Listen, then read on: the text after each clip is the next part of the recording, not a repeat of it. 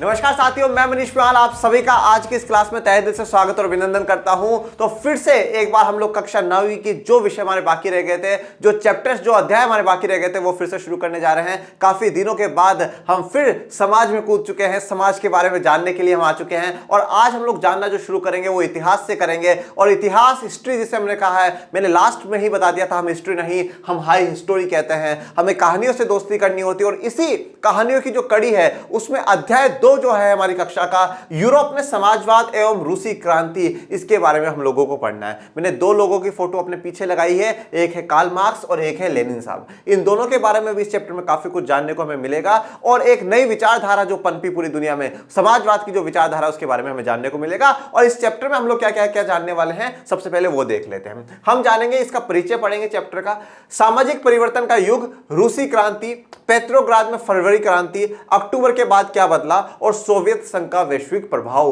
रूस जो है वो सोवियत संघ कैसे बना और उसका कैसे वैश्विक प्रभाव हुआ, वहां तक की बात हम लोग जानेंगे। पर आज के इस लेक्चर में, आज जो हम लोग पढ़ने जा रहे हैं उसमें क्या जानेंगे, तो हमारा लेक्चर फ्लो है, सामाजिक परिवर्तन का युग है, उदारवादी, रेडिकल और रूढ़िवादियों के बारे में जानेंगे, औद्योगिक समाज और सामाजिक परिवर्तन के बारे में हम लोग जानेंगे। देखिए, कोई भी चीज जो होती है उसे इंटरलिंक करना बहुत जरूरी होता है। हर चीज को कड़ी से कड़ी जोड़ना बहुत जरूरी होता है। अगर हम लोग पहले की बातें भूल जाएंगे तो थोड़ी सी क्या है, समस्या हो जाएगी। तो सामाजिक परिवर्तन का युग जो है, हम इसको शुरू करते हैं। देखिए, सामाजिक परिवर्तन का युग, जो सोसाइटी है हमारी, जो समाज है, उसमें परिवर्तन आ रहा है, उसमें चेंज आ रहा है। युग मतलब वो एरा, वो दौर रहा है जब क्या हुआ है, सामाजिक परिवर्तन हुआ है, जब चेंज आया है सोसाइटी में। उस चेंज की बात हम लोग कर रहे हैं। यहां पर जो हमारा मुद्दा है वो है समाजवाद का। एक बार थोड़ा सा इस शब्द को समझ लीजिएगा, फिर अपन आगे बात करेंगे। समाजवाद की जहां पे बात आती है, एक तो ये जो शब्द आपको दिखता है ना, वाद, वाद जो शब्द दिखता है, या इसे इंग्लिश में हम लोग कहते हैं, इसे समाजवाद को इंग्लिश में कहेंगे सोशलिज्म। ओके, सोशलिज्म, वाद, या इंग्लिश में आपको ISM ये शब्द जब दिखता है, ये शब्द किस चीज को दर्शाता है, ये शब्द दर्शाता है विचारधारा को। किसको दर्शाता है? विचारधारा को। आइडियोलॉजी जो होती है उसको दर्शाता है। समाजवाद, समाज के प्रति अपने जो भूमिका है उसको दर्शाने वाली जो आइडियोलॉजी है, जो विचार है, वो क्या कहलाता है? समाजवाद कहलाता है। हमने बात करी राष्ट्रवाद, हम लोग कक्षा 10वीं में पढ़ते हैं। राष्ट्रवाद क्या होता है? राष्ट्र के प्रति अपना प्रेम, राष्ट्र के प्रति अपना समर्पण, ये क्या है? राष्ट्रवाद है। हम कभी कभी गांधीवाद की बात करते हैं, गांधी जी के विचार जो है वो गांधीवाद है। तो वाद या इज्म जब शब्द आ जाता है, गांधीज्म, नेशनलिज्म, सोशलिज्म, कैपिटलिज्म, ऐसे जो शब्द हैं, जब इज्म आ जाता है, वाद आ जाता है, वो किस चीज को दर्शाता है? विचारधारा को दर्शाता है। हमें यहां पर एक पूरी नई विचारधारा देखने को मिलेगी। ये इस विचारधारा की जो शुरुआत हुई है वो कहां से हुई है? यूरोप से हुई है। और इस समाजवाद की विचारधारा में ऐसा क्या खास था कि जो पहले विचारधारा चलती आ रही थी पूंजीवाद की, या और जो विचारधाराएं थी, उन विचारधाराओं से किस प्रकार से अलग था, पूरी दुनिया को या यूरोप को किस प्रकार से एक अलग रास्ता देता है, और इस समाजवाद से समाज में किस प्रकार से परिवर्तन आता है, यह हम लोग इस अध्याय में जानेंगे। अब सामाजिक परिवर्तन का युग, समाजवाद को जानने से पहले यह बात हमें ध्यान रखनी होगी कि हमने पहला जो अध्याय पढ़ा वो पढ़ा फ्रांसीसी क्रांति। फ्रांसीसी क्रांति, ये वाला चैप्टर हम लोग पढ़ करके आ चुके हैं। पहला चैप्टर हम लोगों ने पढ़ लिया। फ्रांसीसी क्रांति क्या है? फ्रांसीसी क्रांति ने पूरी दुनिया को क्या करा है? मोटिवेट करा है कि हमें आजादी चाहिए, हमें अपने अधिकारों के लिए लड़ना चाहिए। फ्रांसीसी क्रांति से कुछ ऐसे विचार थे जो पूरी दुनिया में निकल कर आए, कहीं ना कहीं पूरी दुनिया ने उन विचारों को अपनाया है। वो विचार कौन कौन से थे? समानता का विचार था, समानता सबको मिलनी चाहिए, इक्वलिटी सबको मिलनी चाहिए, न्याय, और ऐसे जो विचार थे, ठीक है, लोकतंत्र के जो विचार हैं, समानता के विचार हैं, न्याय के विचार हैं, बंधुत्व भाईचारे के जो विचार हैं, वो सारे विचार क्या है? कहां से? फ्रांसीसी क्रांति से निकल कर आए। और जब एक बार विचार निकल करके आता है, जब उस विचार के बारे में लोग जानते हैं, पढ़ते हैं, सुनते हैं, तो वो क्या है? वो वैसा विचार असल जीवन में भी उतारना चाहते हैं। तो जब ये विचार पूरी फ्रांस में आए और उसके बाद पूरी दुनिया में, यूरोप में फैलना शुरू हुए, तो वहां से क्या होना शुरू हुआ? यूरोप में परिवर्तन, यूरोप में सामाजिक जो परिवर्तन है उसकी बात।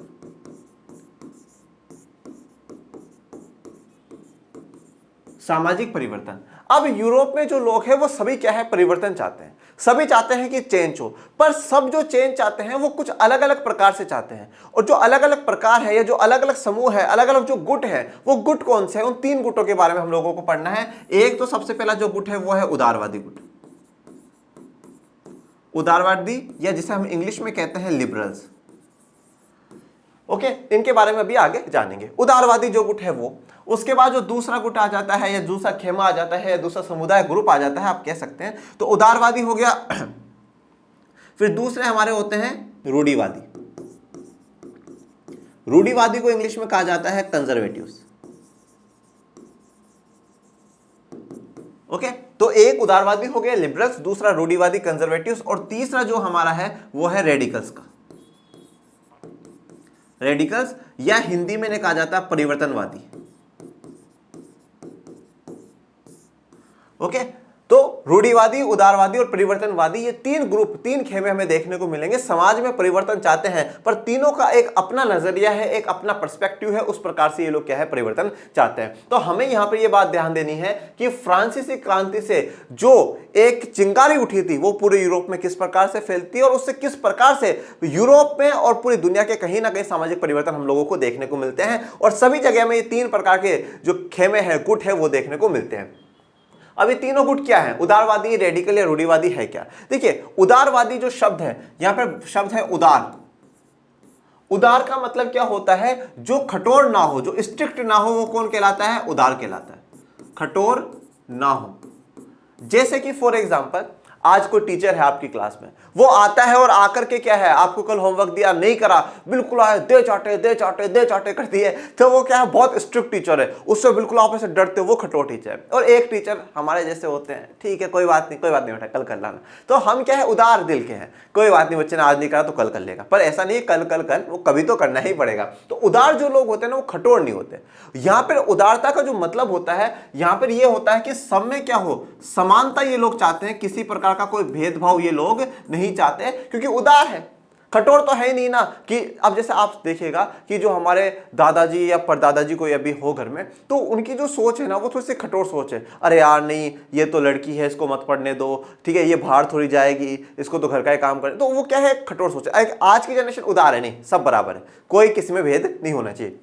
तो उदार क्या है, ऐसे लोग हैं। दूसरी बात करूं, जब मैं रूढ़िवादी की बात करता हूं, तो रूढ़िवादी बिल्कुल इसके अपोजिट है, बिल्कुल इसके अपोजिट है। यहां पर ये नए जमाने के अनुसार है। जैसा आज के समय आप कहते हैं ना, मॉडर्न है हम लोग, ये मॉडर्न वर्ल्ड वाली सोच है। और रूढ़िवादी या कंजर्वेटिव किसे है, क्या है, जो पुराने विचारों पे, पुरानी सोच पे चलता हो, नहीं नहीं यार, इसको तो ऐसा नहीं होने देना चाहिए, ये तो गलत है, ये गलत है, ऐसा। ओके, और फिर जो तीसरा है परिवर्तनवादी, या आप रेडिकल्स जिसने कहेंगे, तो इसमें थोड़ा सा जो परिवर्तन वाली बात ये है कि ये लोग परिवर्तन चाहते हैं, ये परिवर्तन चाहते हैं, पर उदारवादियों की तुलना में अलग तरीके से ये लोग क्या है, परिवर्तन चाहते हैं। रेडिकल्स बिल्कुल अलग तरीके से परिवर्तन चाहते हैं। कुछ जगहों पर क्या है कि आप लोगों को ये अच्छे नजर आएंगे और कुछ जगहों पर आपको ये अच्छे नजर आएंगे। ये आबादी के अनुसार बहुमत चाहते हैं कि आबादी के हिसाब से क्या हो, बहुमत चले। और ये लोग क्या है, ये महिला मताधिकार, जो वोटिंग राइट्स है, वोटिंग राइट्स के पक्ष में नहीं है। ये चाहते ही नहीं है कि सबको वोटिंग राइट्स मिले, ये चाहते हैं सिर्फ संपत्तिवान वालों को ही वोटिंग राइट्स मिले। तो फिर कहां से उदारवादी हुए, ठीक है। पर ये लोग महिलाओं के मताधिकार, महिलाओं के जो वोटिंग राइट्स है उसके भी पक्ष में है। ये सारी बातें हम डिटेल में अब एक एक करके जानेंगे। सबसे पहले जो हम लोग बात करेंगे, वो बात करेंगे उदारवादी की, या इंग्लिश में आप इसे कह सकते हैं लिबरल्स। इंग्लिश में हम इसे कहते हैं लिबरल्स। ऐसा राष्ट्र चाहते हैं जिसमें सभी धर्मों को बराबर का सम्मान और जगह मिले। कौन चाहता है ऐसा राष्ट्र? जो उदारवादी लोग हैं, जो लिबरल्स समुदाय के लोग हैं, वो क्या है, एक ऐसा राष्ट्र चाहते हैं जिसमें सभी धर्मों को बराबर का सम्मान मिले और जगह मिले। देखिए, जब आप क्लास 10th में आएंगे ना, तो ये चीज आपको और भी अच्छे से क्लियर होगी, पर फिर भी मैं आपको बता देता हूं। हम जो बात कर रहे हैं वो 18वीं 19वीं शताब्दी की बात कर रहे हैं। 18वीं शताब्दी की अगर मैं बात करता हूं, तो मैं ये कहना चाहता हूं कि 1701 से शुरू होकर के जो 1800 तक का जो दौर चला है, वो 18वीं शताब्दी है। आज हम कह रहे हैं हम 21वीं शताब्दी में जी रहे हैं, तो जो 2001 से जो दौर चला है और वो 2100 तक चलेगा, वो क्या कहलाएगा, 21वीं शताब्दी कहला रहा है। इसीलिए तो हम 2022 में जी रहे हैं आज, फिर 2023, 2024, 2025 आएगा। तो हम 18वीं या 19वीं शताब्दी की हम लोग बात कर रहे हैं। तो 18वीं और 19वीं शताब्दी में आप ये देखेंगे कि काफी जगह, विशेष करके यूरोप में क्या है, धर्म के प्रति कट्टरता देखने को मिलती है, धर्म के प्रति कट्टरता देखने को मिलती है। और यूरोप में विशेष करके कौन सा धर्म है? ईसाई धर्म है। ईसाई धर्म में भी दो समुदाय आपको देखने को मिलेंगे। ईसाई धर्म में भी दो गुट है, एक गुट है प्रोटेस्टेंट का और एक गुट है कैथोलिक समुदाय का, ठीक है, एक प्रोटेस्टेंट और एक कैथोलिक। तो अब क्या होता है, जैसे कि आप ब्रिटेन की बात करोगे, ब्रिटेन में क्या है, प्रोटेस्टेंट पावरफुल है, वो कैथोलिकों पर अत्याचार करते हैं। पर आप ऑस्ट्रेलिया की तरफ देखेंगे तो ऑस्ट्रेलिया में कैथोलिक पावरफुल है, वो प्रोटेस्टेंट पर अत्याचार करते हैं। तो यहां पर क्या है, जो धर्म या धर्म के अंदर भी जो समुदाय है उन सभी के प्रति क्या है, सम्मान का व्यवहार हो, सबके प्रति रेस्पेक्ट हो और सबको बराबरी की समानता मिले, ये क्या है, ये उदारवादी समुदाय चाहते हैं। इसीलिए धर्मों पर विशेष जोर यहां पर दिया गया है।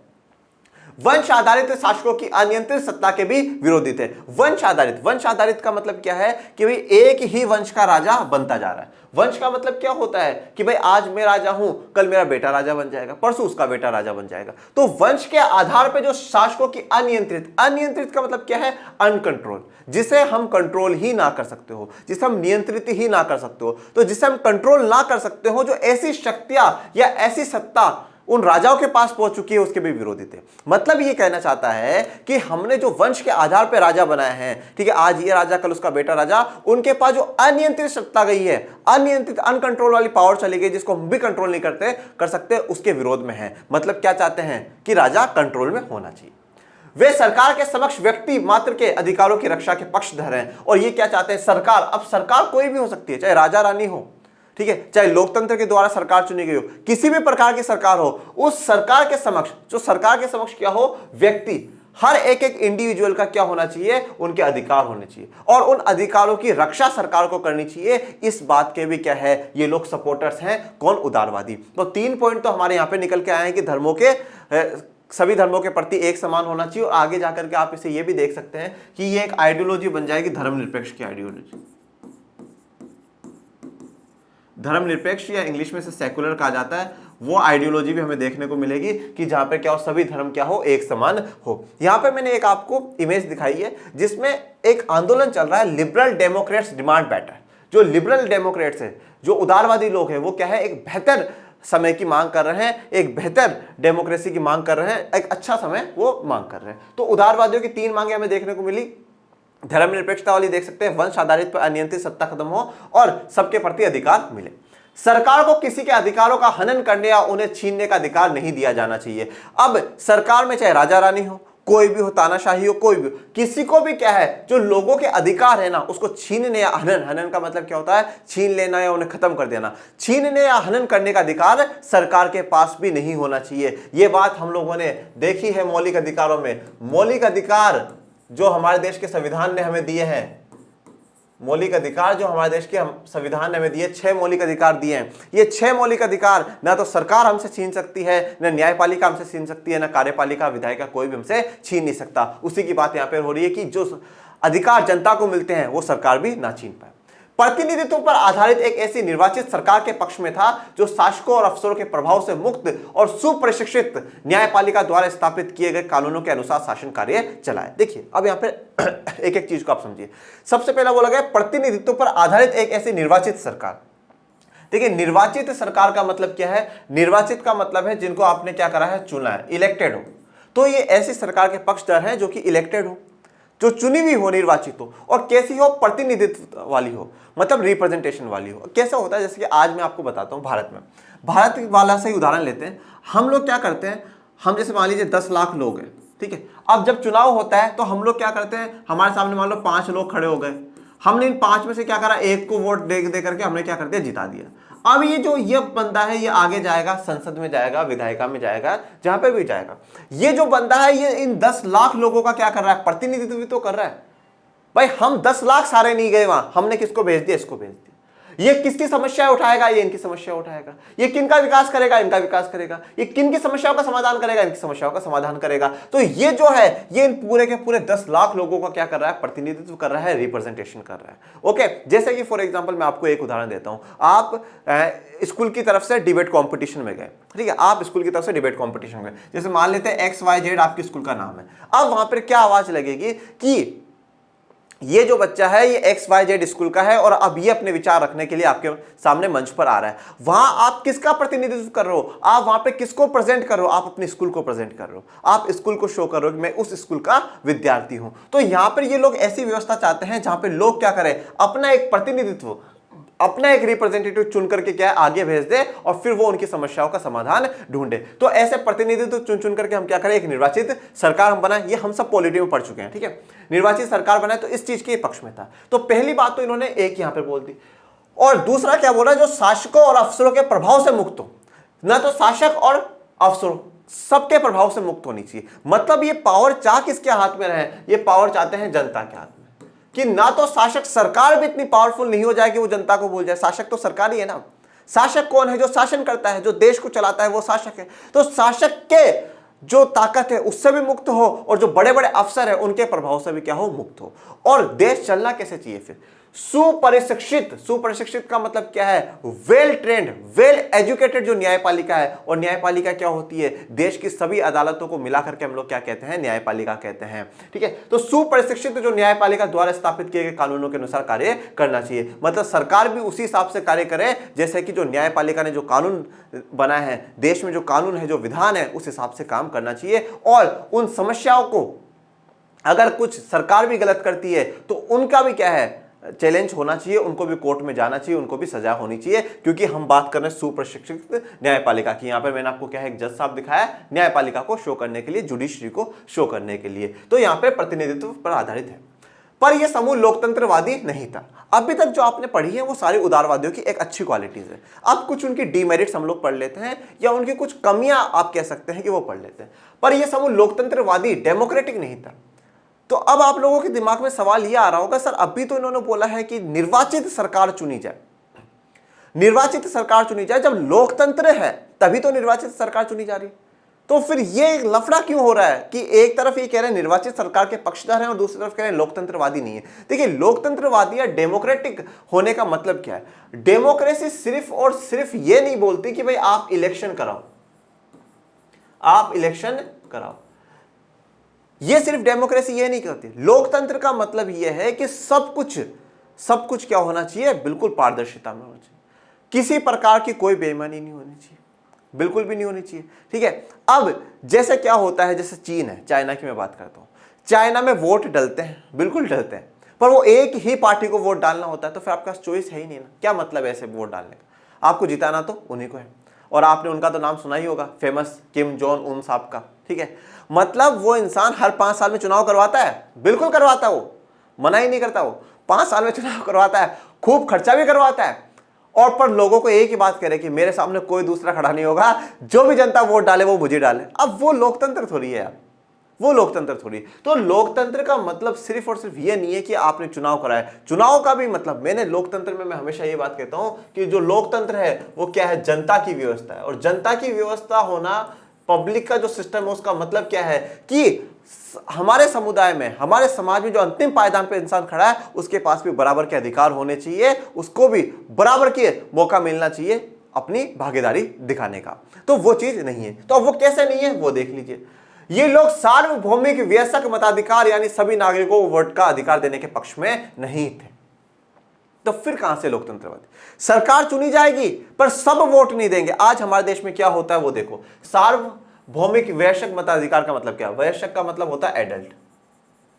ये मतलब वो एज है, वो उम्र है जिस उम्र के बाद आप लोग क्या कर सकते हैं, वोट दे सकते हैं। हमारे देश में पहले 21 थी और फिर उसको बाद में घटा करके 18 कर दिया गया। ठीक है, और पहले शादी की 18 थी, उसको बढ़ा करके 21 कर दिया गया उसको बढ़ा करके 21 कर दिया गया। ठीक है, तो वोट की पहले 21 थी, अब 18 कर दी गई। 18 साल से ऊपर जो भी बंदा, चाहे आपकी कोई जाति हो, कोई धर्म हो, कोई रंग हो, कोई लिंग हो, कैसा भी आर्थिक स्थिति हो, कुछ भी हो, आपको वोट देने का अधिकार है। और आप जो वोट देंगे वो भी एक ही गिना जाएगा, और देश का सबसे अमीर आदमी वोट देगा वो भी एक ही गिना जाएगा। तो ये क्या होता है, सार्वभौमिक वयस्क मताधिकार होता है, जिसमें सभी नागरिकों को वोट देने का अधिकार होता है। परंतु ये इस चीज के पक्ष में नहीं थे। तो फिर वोट दे तो दे कौन, अगर सब नहीं देंगे तो कौन देंगे। उनका मानना था कि वोट का अधिकार केवल संपत्तिधारियों को ही मिलना चाहिए। तो जो संपत्ति है, जिनके पास प्रॉपर्टी है, वही लोग क्या है, वोट दे सके।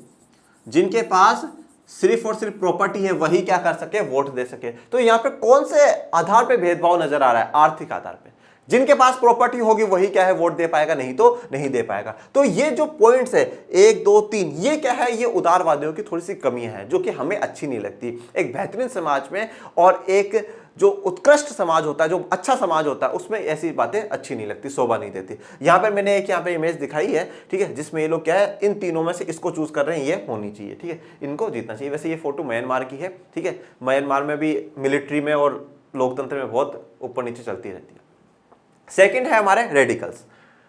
रेडिकल समूह के लोग ऐसी सरकार के पक्ष में थे जो देश की आबादी के बहुमत के समर्थन पर आधारित हो। तो जो आबादी है, देश की आबादी, उसके बहुमत के, जो बहुमत चाहेगा उसके समर्थन के, उसी के हिसाब से क्या है सरकार चलाई जाए।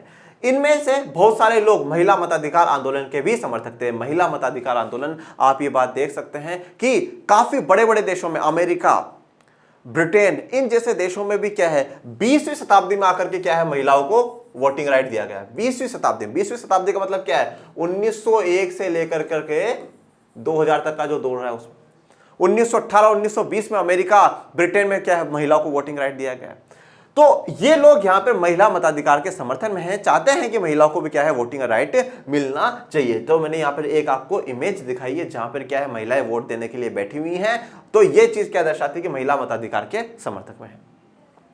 उदारवादियों के विपरीत ये लोग बड़े जमींदारों और संपन्न उद्योगपतियों के प्राप्त किसी भी तरह के विशेषाधिकारों के खिलाफ थे। तो ये लोग देखो, अब उदारवादी क्या कह रहे थे कि जिनके पास सिर्फ और सिर्फ जिनके पास संपत्ति है वही वोट करें। मतलब क्या हो रहा है कि ये डायरेक्टली उदारवादी क्या कर रहे हैं, डायरेक्टली किसको समर्थन कर रहे हैं, जो अमीर लोग हैं, जो रिच लोग हैं, रिच क्लास के लोग हैं, उन्हीं को समर्थन कर रहे हैं। पर रेडिकल्स क्या कह रहे हैं, रेडिकल्स इस चीज के खिलाफ है। जमींदारों, जो बड़े बड़े जमींदार होते हैं जिनके पास बहुत बड़ी जमीन होती है, उन जमींदारों के खिलाफ है। संपन्न उद्योगपति, जो बहुत बड़े उद्योगपति, इंडस्ट्रियलिस्ट है, खूब पैसा है, खूब धन दौलत है, ठीक है, तो उनको जो विशेषाधिकार दे रखे हैं, विशेषाधिकार का मतलब क्या है कि भाई वही वोट देंगे, ऐसे विशेषाधिकारों के खिलाफ है। कौन है, रेडिकल्स खिलाफ है।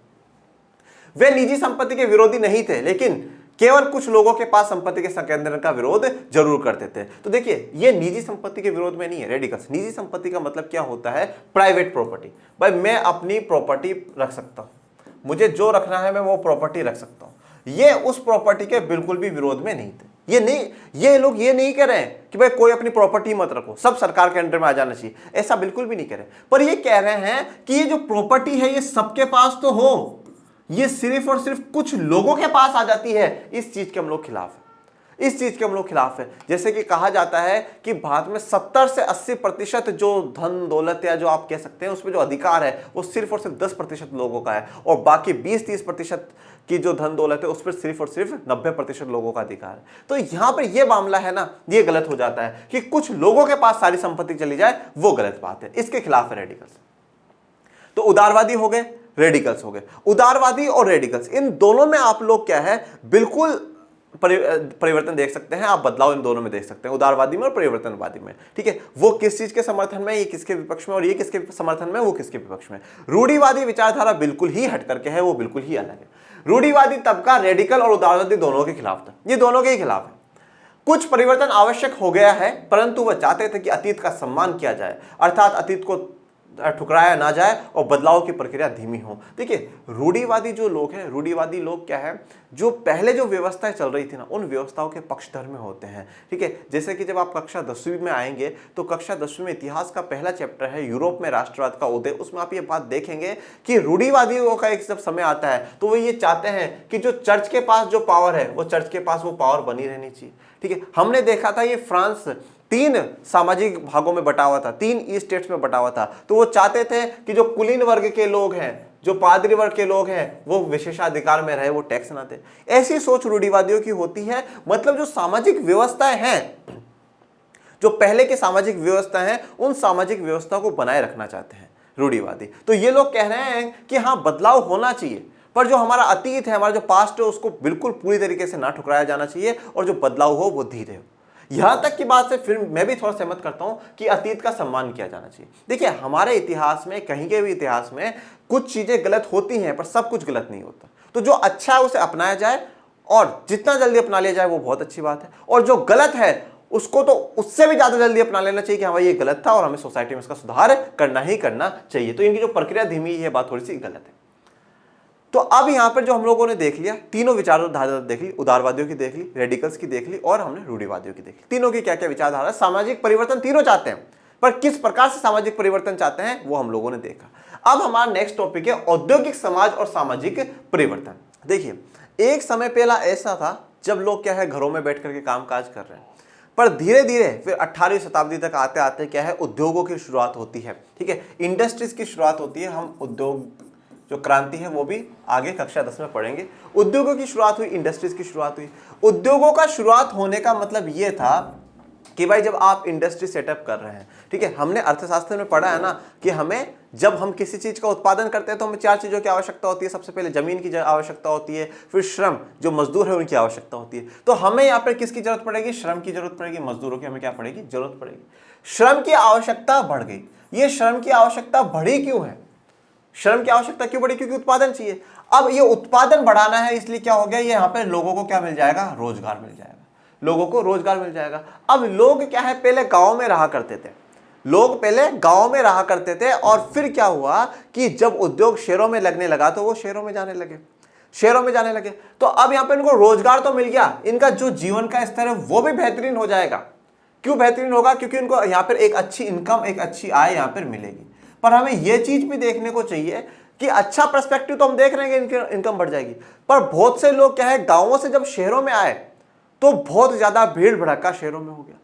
लोगों को रहने के लिए घर नहीं मिल रहे, साफ सफाई सही से नहीं हो पा रही, क्योंकि बहुत बड़ी जनता आबादी वहां पे रह रही है। कोई सड़कों पे सो रहा है, कोई रेल बसेरा हम लोग देखते हैं हमारे देश में भी है, कोई वहां पे रह रहा है, कोई फुटपाथ पे सो रहा है, तो बहुत बुरी स्थिति हो जाती है। परंतु जो औद्योगिक समाज में यह बदलाव आता है कि छोटे से बच्चे से लेकर तक बुजुर्ग तक को क्या है, रोजगार मिल रहा होता है, सब काम कर रहे होते हैं, एक अच्छा पैसा कमा रहे होते हैं। पर उसका एक जो दूसरा पर्सपेक्टिव हम लोग ये देख रहे हैं कि बड़े शहरों के वो खर्चे नहीं उठा पा रहे हैं, बड़े शहरों में उनको मकान नहीं मिल पा रहे हैं, और साफ सफाई भी सही से नहीं हो पा रही है। मैं कुछ दिनों पहले ही एक सुन रहा था, तो एक किसी ने बहुत अच्छा कहा है कि गाँव में भी सड़क का भी यह है कि कहते हैं कि सड़क तुम गांव तब आई हो जब पूरा गांव शहर चला गया। तो मतलब लोग गांव छोड़ करके शहर चले गए, उसके बाद तो कहते हैं कि हम गांवों का विकास करेंगे। तो वो थोड़ी सी गलत बात है। ये सब कुछ क्या है, गांव में ही कर देना चाहिए ना, कि भाई उद्योग गांव में लगा दोगे तो वहां के लोगों को रोजगार भी मिल जाएगा और गांव का भी विकास हो जाएगा। औद्योगिकरण ने औरतों, आदमी और बच्चों सबको कारखानों में ला दिया। सबको क्या है, कारखानों में ला दिया, वर्कशॉप जहां फैक्ट्री में काम करते हैं वहां पे सबको ला दिया। जैसे मैंने यहाँ पे एक तस्वीर दिखाई एक बच्ची की, जो कि वैसे ये इंजीनियरिंग को शो कर रही है, ठीक है, पर फिर भी यहाँ पर आप समझ सकते हैं कि औद्योगिकरण में सब काम है। काम के घंटे यानी पाली बहुत लंबी होती थी और मजदूरी बहुत कम थी, बेरोजगारी आम समस्या थी, ठीक है। अब क्या था, काम के घंटे यानी पाली बहुत ज्यादा लंबी थी, ठीक है, मतलब 10-10, 12-12, 14-14, 15-15 घंटे तक काम करवाया जाता था, ठीक है। मजदूरी बहुत कम देते थे, ठीक है, मजदूरी बहुत, क्योंकि भाई सबको रोजगार चाहिए ना भाई, बेरोजगारी ज्यादा है, क्योंकि गांव में तो काम बचा नहीं, सब जो लोग हैं वो सारे के सारे शहरों में आ रहे हैं, तो बेरोजगारी है। तो अब क्या है, बहुत मजदूरी कम है। अब यहाँ पे आय अच्छी क्यों हुई? क्योंकि भाई छोटे बच्चा परिवार वाले सबके सब कमा रहे हैं, तो थोड़ा सा इनको इनकम अच्छा हो जाता है। औद्योगिक वस्तुओं की मांग में गिरावट आ जाने पर तो बेरोजगारी और बढ़ जाती थी। अब जब औद्योगिक वस्तु, जो भी चीज उद्योगों में बन रही है, उन वस्तुओं की डिमांड गिर जाती थी, मांग गिर जाती थी, तो बिल्कुल ही क्या हो जाता था, बहुत भयंकर बेरोजगारी आ जाती थी। आप इस चीज को समझिएगा, ये इकोनॉमिक्स का कॉन्सेप्ट है, ये इकोनॉमिक्स का कॉन्सेप्ट है। जब किसी भी चीज की मांग बढ़ेगी ना, जब किसी भी चीज की क्या होगा, डिमांड बढ़ती है, डिमांड बढ़ेगी, तभी तो क्या होगा, उसका उत्पादन बढ़ाया जाएगा, तभी तो उसका उत्पादन, प्रोडक्शन बढ़ाया जाएगा। अगर उस चीज की डिमांड ही नहीं है तो उसका प्रोडक्शन ही नहीं होगा ना। आप कोरोना के समय में वैक्सीन की मांग थी, मास्क की मांग थी, दवाइयों की मांग थी, इनकी डिमांड ज्यादा थी, तो इनका ज्यादा प्रोडक्शन किया जा रहा था। तो जिस चीज की जितनी मांग होगी उतना ही क्या होगा, उत्पादन होगा। अगर आप ज्यादा उत्पादन कर रहे हैं मतलब लोगों को क्या होगा, ज्यादा रोजगार मिलेगा। पर अब आप इसका उल्टा देखिए, अगर मांग गिर गई, लोग खरीद ही नहीं रहे, लोग खरीद ही नहीं रहे, खरीद नहीं रहे, तो क्या होगा, उत्पादन गिर जाएगा। उत्पादन गिर गया तो लोग बेरोजगार हो जाएंगे, क्योंकि फैक्ट्री में काम ही नहीं, तो वो काम लगा करके करेगा क्या मालिक, सबको बोलते घर जाओ छुट्टी तुम्हारी। तो यहां पे जब औद्योगिक जो वस्तुएं बन रही उनकी जब मांग में गिरावट आ जाती थी, तो बेरोजगारी क्या है, और भी ज्यादा बढ़ जाती थी, जिससे लोगों की समस्याएं ज्यादा हो जाती थी। शहर तेजी से बसते और फैलते जा रहे थे, इसलिए आवास मतलब मकान जहां पे रहते हैं, और साफ सफाई का काम भी मुश्किल होता जा रहा था। उदारवादी और रेडिकल दोनों ही इन समस्याओं का हल खोजने की कोशिश कर रहे थे। तो हल तो सभी को खोजना था, उदारवादियों को भी खोजना था और रेडिकल्स को भी अपना इस चीज का हल खोजना था। ये एक मैंने मार्केट दिखाया है कि भाई देखो, बिल्कुल जो घर है, मकान है, जगह नहीं बच रही है, साफ सफाई सही से नहीं हो पा रही। लगभग सभी उद्योग व्यक्तिगत स्वामित्व में थे। बहुत सारे रेडिकल और उदारवादियों के पास भी काफी संपत्ति थी और उनके यहाँ बहुत सारे लोग नौकरी करते थे। तो देखो, सभी उद्योग जो है व्यक्तिगत स्वामित्व में थे। व्यक्तिगत स्वामित्व का मतलब क्या, इंडिविजुअल ओनरशिप। एक एक इंडिविजुअल के अंडर में थे। स्वामित्व का मतलब क्या होता है? अधिकार होना, किसी चीज पर अधिकार होना। जैसे हम भगवान को कहते हैं, हे भगवान, हे मेरे स्वामी, मतलब मेरा आप पर अधिकार है भगवान। और आपने अगर पहले पुरानी मूवीज देखी हो तो उसमें पत्नी पति को भी कहती थी मेरे स्वामी है, मतलब अधिकार होना। तो यहाँ पर व्यक्तिगत स्वामित्व मतलब उद्योगों पर क्या है? किसी एक पर्सन का, एक किसी इंडिविजुअल का क्या है? अधिकार है, मतलब मालिक वो अकेला ही होगा। तो बहुत सारे जो रेडिकल्स हैं और बहुत सारे जो उदारवादी हैं, उनके पास खूब तो संपत्ति थी और बहुत से लोग उनके अंडर में भी काम करते थे। उन्होंने व्यापार या औद्योगिक व्यवसायों के जरिए धन दौलत इकट्ठा की थी, इसलिए वह चाहते थे कि इस तरह के प्रयासों को ज्यादा से ज्यादा बढ़ावा दिया जाए। ठीक है, अब ये लोग क्या है? इन्होंने व्यापार के द्वारा, औद्योगिक व्यवसायों के द्वारा, इन्हीं के द्वारा क्या है? खूब पैसा इकट्ठा करा था, खूब पैसा इकट्ठा करा। अब जो खूब पैसा इन्होंने कमाया तो ये चाहते थे कि इन्हीं तरीकों को क्या है? ज्यादा से ज्यादा प्रोत्साहन दिया जाए, इन्हीं तरीकों को ज्यादा से ज्यादा बढ़ाया जाए। भाई जिस चीज से मुझे फायदा होगा मैं वही तो चाहूंगा कि सब पूरे देश में वही काम हो, उन्हीं चीजों को ज्यादा ज्यादा बढ़ाया जाए। तो रेडिकल और उदारवादी ये चाहते थे कि जो औद्योगिकरण है उसको ज्यादा से ज्यादा बढ़ाया जाए, ज्यादा से ज्यादा व्यापार को बढ़ाया जाना चाहिए, जिससे कि हम लोगों को बहुत फायदा हो। ठीक है, यहाँ पर मैंने मकानों के लिए एक तस्वीर दिखाई है कि लोगों को मकान चाहिए, संपत्ति जो है लोगों के पास होनी चाहिए। तो रेडिकल्स और उदारवादियों के पास काफी संपत्ति थी, काफी पैसा, धन दौलत उन लोगों के पास था। उन्हें लगता था कि अगर मजदूर स्वस्थ हो और नागरिक पढ़े लिखे हो तो इस व्यवस्था का भरपूर लाभ लिया जा सकता है। इसमें तो बिल्कुल कोई दो राय वाली बात नहीं है। हम अर्थशास्त्र में पढ़ चुके हैं कि मानव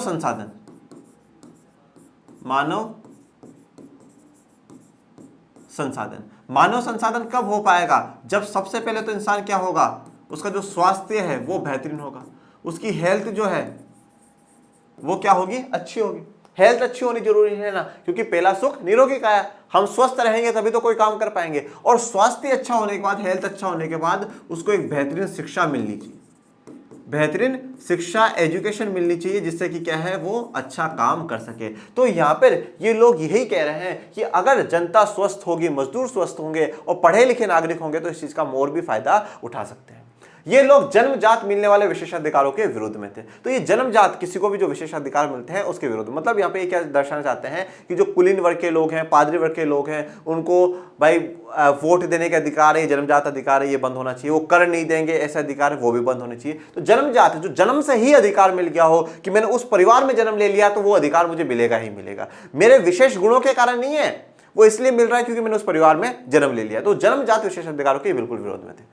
व्यक्तिगत प्रयास, श्रम, उद्यमशीलता में उनका गहरा विश्वास था। तो ये लोग चाहते थे कि व्यक्तिगत प्रयास, एक एक इंडिविजुअल को क्या करना चाहिए? प्रयास करना चाहिए। श्रम, जो मजदूर है वो बहुत इंपॉर्टेंट है, मेहनत जो लेबर की है वो ज्यादा है। और उद्यमशीलता, उद्यमशीलता का मतलब क्या है कि ज्यादा ज्यादा इंडस्ट्रीज पे ज्यादा जोर है। उद्यम जो बिजनेसमैन बनाने वाली चीजें ना, उन पे ज्यादा जोर है। मतलब यहाँ पे थोड़ी सी जो सोच है वो क्या है? पूंजीवाद वाली आपको नजर आएगी, जहां पे प्राइवेट सेक्टर में ज्यादा जोर दिया जा रहा है।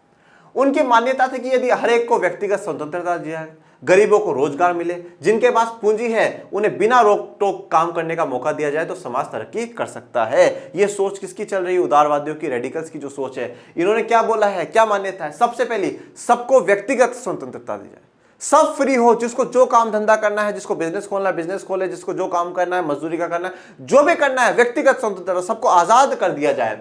गरीबों को रोजगार मिले, हर जो गरीब है उसको क्या करें? रोजगार दिया जाए, उसको एम्प्लॉयमेंट दिया जाना चाहिए, क्योंकि रोजगार मिलेगा तभी तो कुछ खा पिएगा, ठीक है, तभी स्वस्थ रहेगा, तभी अपने बच्चों को शिक्षा दिला पाएगा। तो हर गरीब को रोजगार मिलना चाहिए। और जिनके पास पूंजी है, मतलब जिनके पास कैपिटल है, जिनके पास पैसा है, उनको बिना रोक टोक के क्या है? अपने व्यवसाय खोलने देने चाहिए, उनको अपना काम धंधा करने देना चाहिए, उन पे किसी प्रकार की रोक नहीं लगानी चाहिए, सरकार के द्वारा किसी प्रकार की रोक नहीं होनी चाहिए। ये लोग कहना चाहते हैं। तभी क्या होगी? समाज की तरक्की होगी। किसमें ढूंढी इन्होंने समाज की तरक्की? व्यक्तिगत स्वतंत्रता में ढूंढी है, गरीबों के रोजगार में, और जिनके पास पूंजी है उनको क्या है? बिल्कुल आजादी में। तो तब समाज की तरक्की। मैंने एक समाज की फोटो दर्शाई है। इसी कारण 19वीं सदी के शुरुआती दशकों में समाज परिवर्तन के इच्छुक बहुत सारे कामकाजी स्त्री पुरुष, उदारवादी और रेडिकल समूह व पार्टियों के इर्द गिर्द गोलबंद हो गए। गोलबंद का मतलब है इकट्ठे हो गए या उनसे जुड़ गए। तो अब आप जब जो भी समाज में परिवर्तन चाहता था, वो चाहे स्त्री हो चाहे पुरुष हो, वो उदारवादी या रेडिकल की जो पार्टियां बनी हुई हैं या विचारधारा के लोग हैं उनसे धीरे धीरे जुड़ते गए, या मतलब पूरी जो राजनीति घूम रही थी वो इन्हीं मुद्दों पर घूम रही थी। यूरोप में 1815 में जिस तरह की सरकारें बनी, उनसे छुटकारा पाने के लिए कुछ राष्ट्रवादी, उदारवादी और रेडिकल आंदोलनकारी क्रांति के पक्ष में थे। देखिए अब आप ये बात देखेंगे, ये क्लास 10th में क्लास 10th में 1815 में क्या होता है, रूढ़िवादियों का शासन होता है। किसका शासन होता है, रूढ़िवादियों का शासन होता है। तो उस शासन को 1815 में जो है रूढ़िवादियों का शासन आता है नेपोलियन के हार जाने के बाद, तो रूढ़िवादियों का शासन आता है। तो रूढ़िवादियों का शासन तो बिल्कुल भी इन दोनों से अलग था। तो ये उदारवादी जो लोग हैं वो दो प्रकार की उदारता चाहते हैं, दो प्रकार की समानता चाहते हैं। दो प्रकार की समानता किस प्रकार से देखिएगा, एक है राजनीतिक और एक है आर्थिक। ये क्लास 10th का है पर आप इस टॉपिक को जोड़ पाए इसलिए मैं बता रहा हूं कि 1815 की बात चलिए। राजनीति का मतलब यह है कि सभी क्या हो, समान हो, और एक ऐसी सरकार बननी चाहिए, एक ऐसी सरकार हो जो सबके लिए हो, ठीक है, सबके लिए हो, सबके लिए काम करे। जैसे हमने देखा सभी धर्मों को समान माने, ये ऐसे विचारधारा। आर्थिक विचारधारा का मतलब क्या है कि आर्थिक उदारवाद होना चाहिए। आर्थिक उदारवाद का मतलब यह होता है कि मार्केट बिल्कुल फ्री हो। मार्केट फ्री का मतलब क्या होता है कि जिसको जो भी उत्पादन करना है वो उत्पादन करना है, जिसको जो बेचना है वो बेचे, कोई ज्यादा फालतू के टैक्स करवर ना लगाया जाए। तो ये लोग क्या है, राजनीतिक उदारवाद भी चाहते हैं और आर्थिक उदारवाद भी चाहते हैं। इसीलिए इन लोगों ने क्या 1815 में यूरोप में से रूढ़िवादियों को हटाने के लिए काफी क्रांतियां की है। फ्रांस, इटली, जर्मनी और रूस में ऐसे लोग क्रांतिकारी हो गए और राजाओं के तख्ता पलट का प्रयास करने लगे। तो फ्रांस, इटली, जर्मनी, रूस, इन सभी जगहों पे क्या है, जो क्रांतिकारी थे, और क्रांतिकारी का उस समय में मतलब ये था कि जो राजा के विरोध है, जो आज शासन चल रहा है उसके खिलाफ बोल रहा है, वो क्रांतिकारी है। तो ऐसे जो लोग हैं वो लोग क्या करने लगे, राजाओं के तख्ता पलट करने लगे। क्यों करने लगे, क्योंकि ये राजा कौन है, ये राजा है रूढ़िवादी। क्योंकि मैंने क्या कहा कि 1815 से रूढ़िवादियों का शासन चल रहा है। तो रूढ़िवादी जो राजा हैं उनके तख्ता पलट करने लगे, क्योंकि क्रांति होने लगी और उनका विरोध शुरू हुआ, तो उन्होंने अपनी अपनी गद्दी छोड़ दी। राष्ट्रवादी कार्यकर्ता क्रांति के जरिए ऐसे राष्ट्रों की स्थापना करना चाहते थे जिनमें सभी नागरिकों को समान अधिकार प्राप्त हो। तो अब यहाँ पे जो क्रांतिकारी है वो एक ऐसा राष्ट्र निर्माण करना चाहते थे, एक ऐसा देश बनाना चाहते थे जहां पर क्या हो, सबको समान अधिकार हो, सबको बराबर इक्वल राइट्स मिले हो, किसी में किसी प्रकार का कोई भेद ना हो। ये चीज ये लोग चाहते थे। 1815 के बाद इटली के राष्ट्रवादी मैजिनी जूसेppe मैजिनी या मैजिनी आप कह सकते हैं, ठीक है, यही लक्ष्य प्राप्त करने के लिए अपने समर्थकों के साथ मिलकर राजा के खिलाफ साजिश रची थी। ठीक है, ये इटली की कहानी है जो कि अपन लोग कक्षा 10 में पढ़ेंगे, ज्यादा डीप में आपको जाने की जरूरत नहीं है। मतलब मुख्यतः आज हमारा यही मुद्दा है कि जो तीनों विचारधाराएं, उदारवादी, रेडिकल, रूढ़िवादी, इन तीनों में क्या परिवर्तन है, क्या अलग अलग चेंजेस इनमें है। समाज में परिवर्तन सभी चाहते हैं, सभी लोग समाज में परिवर्तन चाहते हैं, परंतु सबकी सोच थोड़ी सी अलग है। ओके, तो अब हम लोग नेक्स्ट क्या पढ़ेंगे, हमारी नेक्स्ट जो रेलगाड़ी है वो कहां जाएगी, यूरोप में समाजवाद का आना। ये जो उदारवादी जो विचारधारा आप देख रहे हैं ना, उदारवादी विचारधारा किसको दर्शाती है, थोड़ा सा पूंजीवादी को दर्शाती है। उदारवादी जो विचारधारा है वो किसको दर्शाती है, पूंजीवादी को दर्शाती है। पूंजीवादी विचारधारा का मतलब होता है, इंग्लिश में से कहा जाता है कैपिटलिस्ट। इसका मतलब यह है कि ज्यादा से ज्यादा जो कंट्रोल में चीजें हैं वो प्राइवेट के हाथ में हो। वो क्या हो, प्राइवेट के हाथ में, मतलब जिसके पास पैसा है वो उसके मन में आ रही है वो उद्योग लगाए, वो अपना बिजनेस चलाए, कोई नहीं रोकेगा। तो ज्यादा से ज्यादा जो कंट्रोल होगा वो प्राइवेट के हाथ में होगा, सरकार के हाथ में नहीं होगा। और ये बात मान करके चलेगा, सरकार जो काम करती है वो समाज कल्याण के लिए काम करती है और प्राइवेट जो काम करता है वो पैसे कमाने के लिए काम करता है। तो यहाँ पे जो विचारधारा है वो पूरी की पूरी क्या है, प्राइवेट वालों की है। अब एक बात देखिएगा, यहाँ पे जो पैसा कमाता है, जो सबसे ज्यादा पैसा कमाता है वो कौन कमाता है, मालिक कमाता है।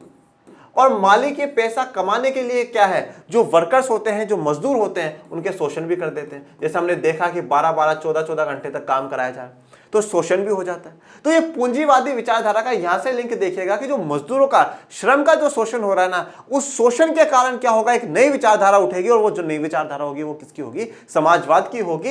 इसी को हम आगे जानेंगे और इसी के साथ हमारा गुड बाय। ठीक है, आपको कोई भी प्रॉब्लम आई हो तो आप कमेंट बॉक्स में जरूर बताइएगा। और फिर से हमारी जो शुरुआत हो चुकी है क्लास 9th की सोशल की, वो कैसी लगी, कैसा लगा आपको चैप्टर 2 का ये लेक्चर 1, जरूर बताइएगा। और कोई भी समस्या हो कमेंट बॉक्स में पूछिए और घरों में रहिए, सुरक्षित रहिए, पढ़ते रहिए। तब तक के लिए थैंक यू सो मच। जय हिंद, जय भारत।